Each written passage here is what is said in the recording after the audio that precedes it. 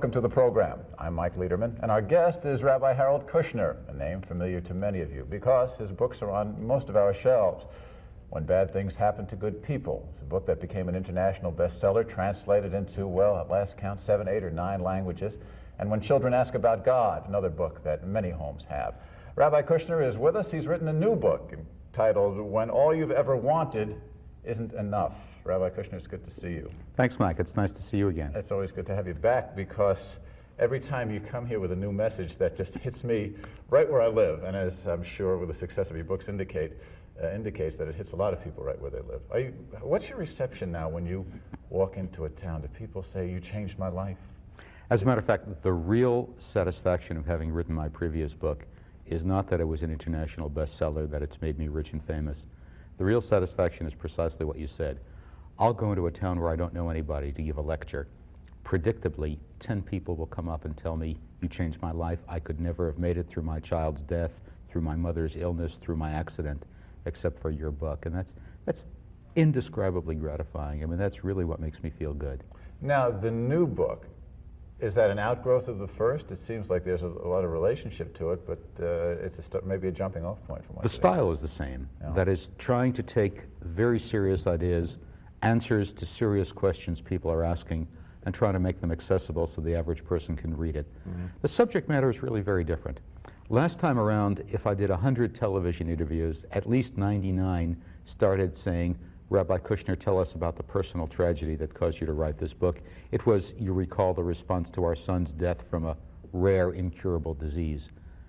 The tragedy that caused me to write this book, the new one, was turning 50 years old. It's interesting. I read it and I said, maybe you should have subtitled it, "Every Jew's Guide to Midlife Crisis." Is that the idea? Well, I try to avoid the term midlife crisis. Mm-hmm. I use it once in the book, because a lot of people go through midlife without a crisis. What it is, I think, is a midlife reorientation. What happens is, one day you look around and you realize that you're looking at things differently. You see time differently. When you're young, time stretches infinitely. You're going to live forever, so you can squander time. You can take a year off to find yourself, to travel.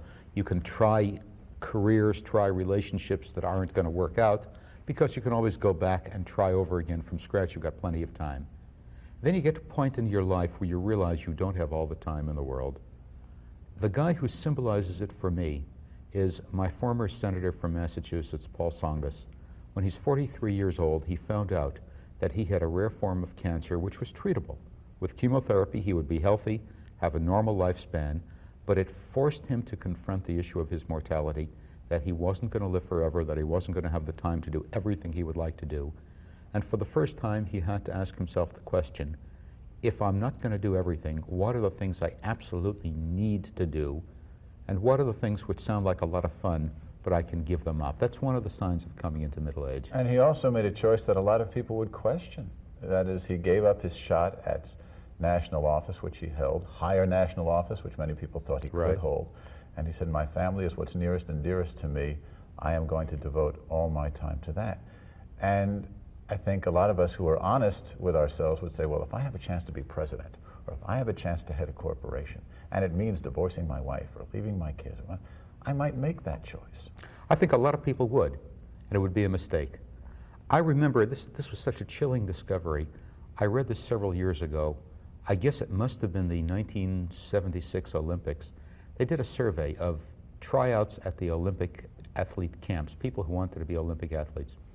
They asked them, if you could secretly take a drug which would permit you to set a world record next summer at the Olympics, but it would cause you to die 6 months later, would you take it? And 3 out of 5 athletes said they would. Isn't that a shocker? It really makes you wonder, what do people think they're living for? What is the purpose of life if people would say, I'm prepared to die at 25 having set a world record, which some kid is going to come along 15 years from now and eclipse? But I'm sure if you take that a step further and offer a lot of the rest of us the option of doing something spectacular at the risk of shortening our lives, many of us would make that same choice too. And this is what you deal with. At the same time, Rabbi, we're in a society right now that loves to have things explained to us, loves to have things in nice, compact little packages that says, this is what you should do. This is how you find happiness. Is this your goal? Well, a little bit, but not really. No, I don't think you find happiness by reading a book. The most I can do for people is help them get a little bit on track, to understand what they're going through, tell them it's a stage, and tell them where they might want to end up. I don't have a prescription for happiness. I have some advice. What I have mostly is a couple of role models. Senator Tsongas is one. The real hero of my book is a man whose name I don't even know. He wrote the biblical book called Ecclesiastes, Kohelet. He tells the story of how he was a person to whom everything came easily. He made a lot of money when he was young. He had a very pleasant life. He had the leisure to go out and read and study. He did everything that wise people told him would make him fulfilled and happy. And he discovered that none of it left him fulfilled and happy. No matter what he did, no matter how well he did it, he ended up saying, in the long run, what difference does it make? I'm going to grow old, I'm going to die, everything will disappear. What's the point? You call Ecclesiastes the most frightening book, the scariest book in the Bible. And the most dangerous book. And the most dangerous You know, the rabbis of the Talmud were afraid of that book. When they gathered to define the canon, which books would be included in the Hebrew Bible, there was more debate about Ecclesiastes than all the other books put together. He's the only guy in the Bible who is skeptical about religious values, who dares to challenge the conventional piety. That's what I find so fascinating about the book. He says, don't tell me that it's important to be pious. Don't tell me it's important to be good, to be generous and not selfish. I've tried it and I don't see that it's so important, because good people and bad people, learned people and foolish people, they all grow old, they all die, they all get buried, and at that point they're all equal. What difference does it make? And I sense it must be the book of a man going through midlife, terribly afraid, not of dying. I don't think he's afraid of dying. I think he's afraid of never having lived. He's afraid of going through his whole life without ever figuring what it's about. Maybe that's why the Olympic athletes are prepared to trade their souls for a world record. Maybe that's why people are so desperate to see their names in the paper, to give a lot of money to a university and have it on a building. To see something tangible, a mark that That's they right. can point to. We are so desperate to feel, I want people to know that I have lived. And you don't have to be a millionaire to give money to someplace. You don't have to write a bestseller. Really, everybody can do that. Yet everybody, well, how prevalent do you think this trauma is? People we know, a lot of people we know, don't even think of it. They're just worried about trying to scratch out an existence. Then there's a small group of people, and it seems maybe you're catering more to them, who have accumulated.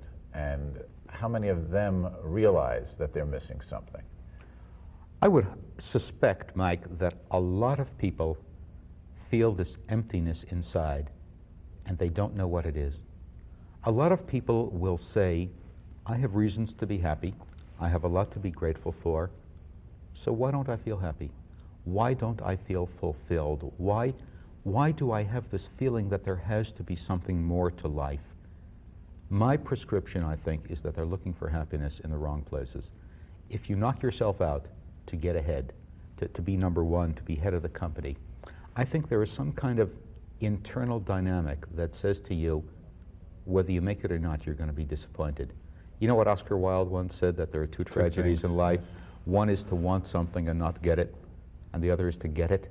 Yes. I think there are a lot of people who get what they dreamed of, the right marriage, the right house, the right address, new car, good job, people envy them, and they turn around and they say, is this what I knocked myself out for? Is this what I sacrificed for? Is this what I pushed people out of the way to grab first? I'm not sure it's worth it. It's so interesting because today we're living in the disposable society, the light society, the society of trends that go with the tide. And yet, referring back to Kohelet, to the book of Ecclesiastes, he's dealing with the same concepts centuries and centuries ago, so things really haven't changed that much. I think wondering about the meaning of life is a luxury that people can afford when they've got enough food on the table and a roof over their heads and nobody's chasing them with a sword. Once you get beyond survival, then you start to wonder, does my life really matter? Is it anything more than a flash of biological existence? I remember being in a butterfly museum in South Wales several years ago, and the curator introduced me to a species of butterfly called the moth with no mouth. It's a caterpillar that lays its eggs and then changes into a moth that has no digestive system. It starves to death in 2 hours. Nature has designed that caterpillar to reproduce itself and then get out of the way and disappear. And I bet there are a lot of people who ask themselves, is that all I am? Am I put on earth to do nothing except eat, sleep, pay my bills, have kids to reproduce the species, and then play out the string and sit around waiting to die? Or does my life mean anything? Ecclesiastes' answer, very briefly, is that the question itself is the answer. He asks, is human life significant? And he tries finding meaning by becoming rich and successful. He tries finding meaning by going out and having a good time, enjoying himself. He tries to find meaning by becoming very learned, by becoming pious. At the end, he says, I haven't found anything that makes life significant, but just having asked the question is itself the answer. Human beings are the only creatures that ask, does my life mean anything? And that's what makes our lives mean something. What you have given us in When Bad Things Happen was a way to deal with these feelings, rationalization, if you will, in religious terms. You're doing much the same thing here. So yes. what are the answers for people? What role does God, what role does religion in the Jewish ethic play in answering this question? First, I would say that the most important thing God does for us is take us seriously. In one sentence, that's the most inspiring message I find in Scripture. God takes us seriously as moral agents. All those commandments, all those mitzvot and laws in the Torah, they're not put down to restrict us, to punish us. They're not put down to make us say, gee, I would love to have that pork chop, but the Torah forbids me. They're put down as ways of saying, God takes you seriously as a moral creature. Who you are, how you live, how you treat other people matters because God takes you seriously. Secondly, God acts on human beings, I believe, the way the sun acts on a flower. God helps us to grow. He helps the beauty of our souls to evolve. He pulls us up to make us more than we were. How do people grow morally? How do selfish people become generous? How do timid people become brave? How do people become caring, open, good neighbors, good husbands and wives? I believe this is God liberating the energy in us. And then God forgives us when we fall short, better than we forgive ourselves. Mike, there was a woman who sat in my office a couple of weeks ago, perfectly lovely, nice 45-year-old woman, and she said to me, Rabbi, I feel my life has been a failure. My children have grown up differently from the way I hoped they would. I hate my job. It's a stupid, dead-end job. I get up in the morning and I have nothing to look forward to all day. I'm 45 years old, and I believe most of the nice things that will ever happen in my life have already happened. I have 2 kids. If they marry somebody I approve of, I have 2 nice days to look forward to in the next 30 years. And if I don't like the people they choose to marry, I don't even have that to look forward to. Why am I alive? What I had to say to that woman was, I have to believe that God sees you very differently than you see yourself. That God sees the good things you've done, the angry words you've held back, the little deeds of helpfulness. God sees you as a good mother. If your kids didn't turn out the way you want, a little bit of the blame is theirs. It's not because you messed up. They chose to be different from what you wanted. You're a good mother, a good wife, a good neighbor, a good friend. People trust you, people rely on you, people look up to you. If you don't like your job, find something that you can feel good about after work, evenings, weekends, sing in the temple choir, join a committee, work to raise money for medical research. There are things you can do so that you will feel you are contributing to the world. No reason to feel like a failure. And this is not an extreme example. I mean, she may have said, I have 2 good days to look forward to, which might seem extreme, but so many people feel the same way and may express it differently. But what am I here for? I believe it. Mike, I would bet in your typical audience today, there are a lot of older people who feel that their lives have been meaningless. And there's a particular message I would like to give them. I think the best line in my book, I quote the mystery writer Agatha Christie. She was married to an archaeologist, a guy by the name of Lord Malawan. Somebody said to her once, Miss Christie, what's it like being married to an archaeologist? And she said, oh, it's wonderful. The older I get, the more interested he is in me. Now, I will insist you don't have to be an archaeologist to feel that way. I think older people are more interesting than younger ones. Look, if you think of life as the using up of a limited resource, life is like a bottle of vintage wine. With every sip you take, the level goes down a little bit. Then you're going to be afraid of growing old. Try this. Go into a stationery store and look at the birthday cards for middle-aged and older people. Look at what they say to us about how American society sees growing old. You're not the man you used to be. You've lost your hair. You've lost your figure. You're getting a little schlumpy. Mm-hmm. Of course you'll be afraid of growing old. All the things you have are being taken away from you little by little. I refuse to look at it that way. The only advantages young people have over me is they can run faster and they can drink coffee late at night. Otherwise, in every way I can think of, I'm better off now than I was when I was 30. I share that view. There's a lot more to you. There's a lot more, what's the expression that gray hairs count? Yes. I would teach people that life is not using up a limited resource. Life is the accumulation of treasure. And with every year that you grow older, there is more to your life than there was a year ago because of all that you've experienced in the interim. But there's been so much put into our heads about success and goals and things. That's right. And you hit it so beautifully in what you call capital T, capital D, the dream. Yes. Because I know from my generation, and I'm just going to read a couple of sentences here, but it just, I just threw the book up in the air when I read this. Oh boy, and now you wonder why we're all neurotic. The dream is the vision we had when we were young, perhaps planted by parents or teachers, perhaps flowering from within our own imaginations, that we would be somebody truly special.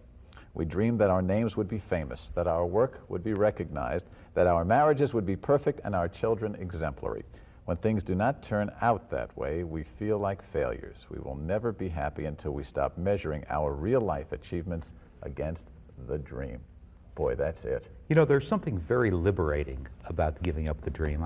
I told somebody the other day that my career has gone through 3 stages. When I was, let's say, 30, I wanted to be the best rabbi in America, and I sacrificed a lot. I neglected my kids when they were young. I cheated my wife out of a lot of my energy and attention and presence. I was at the temple every single night. I was available to everybody. People were grateful, but I didn't realize what I was doing to myself. Then when I was 40, I wanted to be the best rabbi in America, and it bothered me that I wasn't. I couldn't stand that. I looked with envy on my colleagues who were doing things that I couldn't manage to do. By the time I got to be 50, I knew I wasn't the best rabbi in America, and darn it, I didn't care anymore. And you know, Mike, that feels so good. The battles I was involved in when I was younger, they're over. I won some, I lost some, but I'm not fighting anymore. And that's a good feeling. You know, you could put a lot of psychologists and psychiatrists out of business with this. The fact is, how much of this do you take personally? I mean, it's very easy to sit and write, but there's a lot of pain in writing. And from our conversation, you've lived a great deal of what you've written. Mike, I'll tell you a behind-the-scenes story about this book. I started to write a very different book. I started to write an abstract book about midlife crisis, how other people deal with it, other people's problems. Sent it to my editor at Summit Books in New York. He called me in, invited me to lunch at the Four Seasons, very fancy restaurant, and I'm sure he's there to toast the success of my book. Looks at me over lunch and says, you know, this is really not very good. Throw it out. He says to me, stop trying to be a Jewish Gail Sheehy. Write a book that only you can write. Write about your experiences. Write about the struggle to get there and not only the answers. Give it a theological dimension. Show how these are religious questions and not simply psychotherapy questions. So I threw it out and I went back and I wrote this book, which is a book born out of my own pain and embarrassment, my own mistakes. I'm prepared to admit that I did a lot of things wrong. Interesting story. I was speaking at a church in Southern California in Orange County several weeks ago. Very affluent community. I was saying to people, I'm glad you live in these nice houses, but I want you to realize that you've paid a price for it. And I don't just mean what you owe the bank. What you had to give up, the people you had to push aside, the parts of your own soul that you had to neglect in order to be so successful. During the question period, somebody said to me, Rabbi Kushner, I agree with everything you've said. My children are in high school. How do I teach them to be less competitive and less goal-oriented? I said to her, you can't. You can't and you shouldn't. Young people should be success-oriented. Young people should be responding to a challenge. They've got to go out and measure themselves against the world and find out how good they are. But they ought to understand that there's a part of themselves that's being neglected and left out, and that they will get to a point in their lives where they will say, okay, I found out how good I am. I may be happy, I may be less happy about it, but I don't have to prove myself. I don't have to test myself anymore.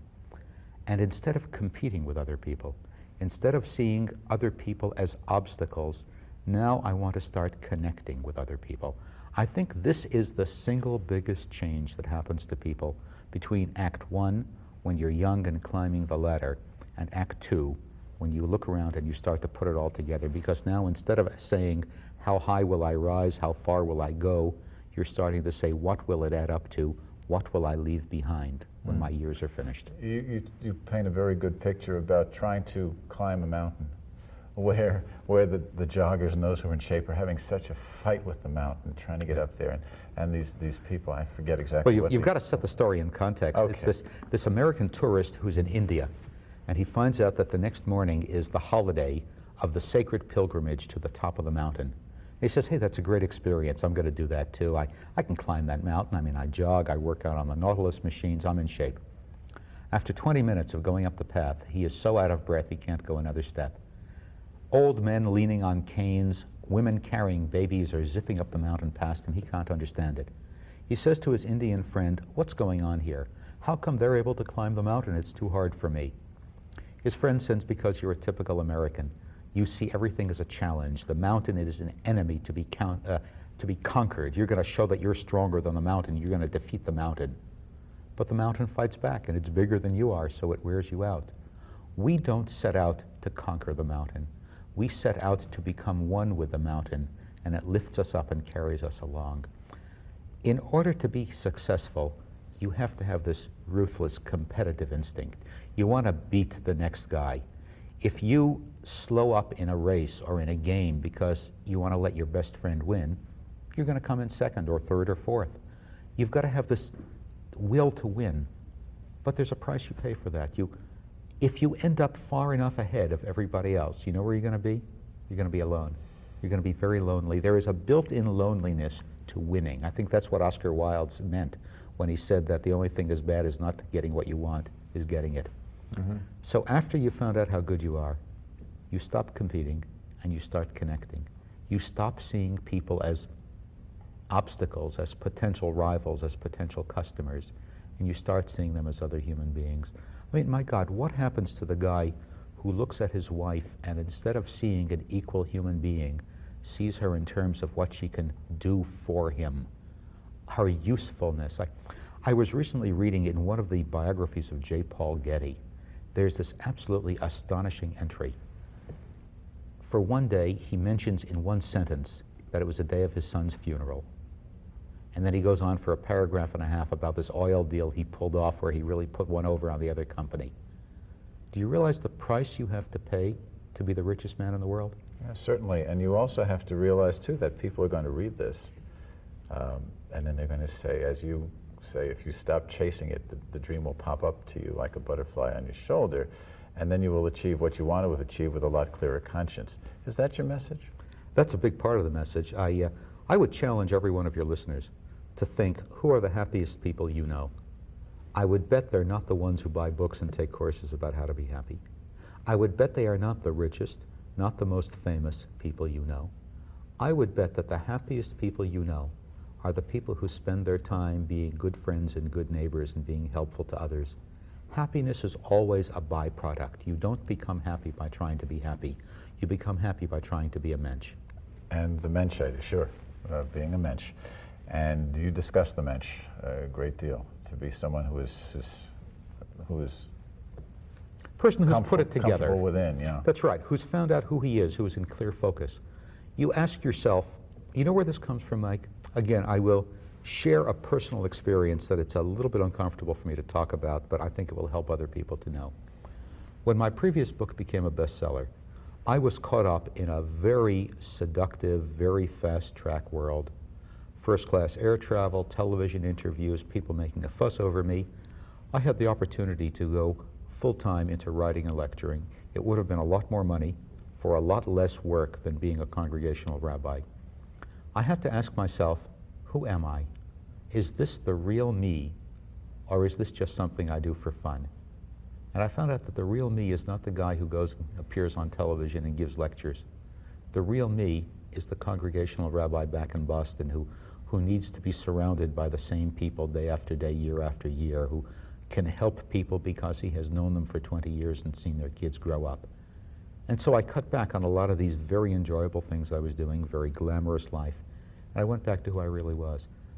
When you found out who you are, that makes it a lot easier to answer the questions about what should I do, which choice should I make. This is an ecumenical message too. I mean, it's not meant strictly for Jews, and yet there's something about the Jewish concept of God that obviously is central to this idea of it's not blind faith, and it's not defeat, defeat, defeat, or fight, fight, fight. It's a mid-range. Absolutely. No, it's an ecumenical message. I think in some ways there is no Jewish truth in this area any more than there's Jewish algebra or Jewish biology. Is there anything uniquely Jewish about the book? I was asked that question about my last book, When Bad Things Happen to Good People. I said what's Jewish about it is the readiness to challenge God on moral grounds, to insist that God be as decent and as moral as he wants us to be. What's Jewish about my new book, When All You've Ever Wanted Isn't Enough, I think is taking this world seriously. Saying, because we have always been very skeptical about reward in the world to come, saying if your life is going to find meaning, you're going to have to find it in this world. Saying that God so loved this world that he spent 6 days laboring to make it beautiful and orderly and complex, and we have to take this world as seriously as God did. The real answer to the meaning of life is just to find meaning, small meanings in every little day. How beautiful the world is and how good you feel when you've been good to somebody else, when you've gone out of your way to be helpful. These are the small moments that in one sense last for only an instant, but in a much more important sense, they last forever. And we can appreciate them while we go through them. And That's the only way to do it. Yeah, that certainly is the trick. When all you've ever wanted isn't enough. Rabbi Kushner, it's so good to see you. And always a pleasure to be here again, glad you can come through. What's going to happen now? Go back to the congregation, stay where you are, or has this book changed your life? 30 seconds. Oh, I'm a congregational rabbi who writes books. Chaim Potok is a writer who's a rabbi. Yeah. Harold Kushner is a congregational rabbi in Massachusetts who every 3 or 4 years takes time out to write a book. And that's what I've learned about myself, and that's who I continue to be. Well, we are much the better for the time you take to write the book. Mike. Thank you very much for coming by. Our guest has been Rabbi Harold Kushner. The title of the book, When All You've Ever Wanted Isn't Enough. It is everything you've ever wanted to know about happiness and more. We hope you enjoy it. Thank you for being with us. I'm Mike Leiderman. Shalom.